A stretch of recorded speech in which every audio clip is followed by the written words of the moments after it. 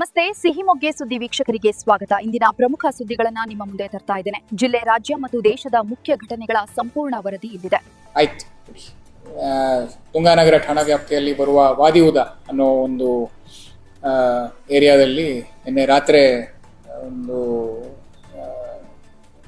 ಒಬ್ಬ ಅಪ್ರಾಪ್ತ ಬಾಲಕನ ಮೇಲೆ ಮಾರಣಾಂತಿಕ ಹಲ್ಲೆಯನ್ನ ಮಾಡಲಾಗಿದೆ. ಯಾರೋ ದುಷ್ಕರ್ಮಿಗಳು ಬಂದು ಇವನ ಮೇಲೆ ಒಂದು ಮಚ್ಚನ್ನ ಬೀಸಿ ಅವನ ಮೇಲೆ ಅಟ್ಯಾಕ್ ಮಾಡೋದಕ್ಕೆ ನೋಡಿದ್ದಾರೆ.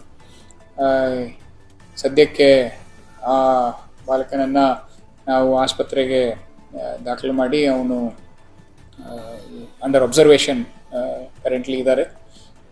ಈ ಒಂದು ಅಟ್ಯಾಕಿಗೆ ಮೇಜರ್ ರೀಸನ್ ಬಂದ್ಬಿಟ್ಟು ಒಂದು ಹುಡುಗಿ ವಿಚಾರ ಅಂತ ನಮಗೆ ಪ್ರಾಥಮಿಕ ತನಿಖೆಯಲ್ಲಿ ತಿಳಿದು ಬಂದಿದೆ.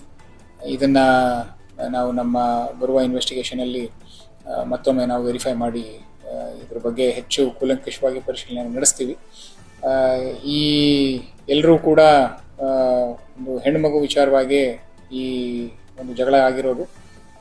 ಸಾಯಂಕಾಲ ರಾತ್ರಿ 9:45 ಅಷ್ಟೊತ್ತಿಗೆ ಇವನ್ನ ಹುಡ್ಕೊಂಡ್ಬಂದು ಅವನ ಮೇಲೆ ಅಟ್ಯಾಕನ್ನು ಮಾಡಿದ್ದಾರೆ.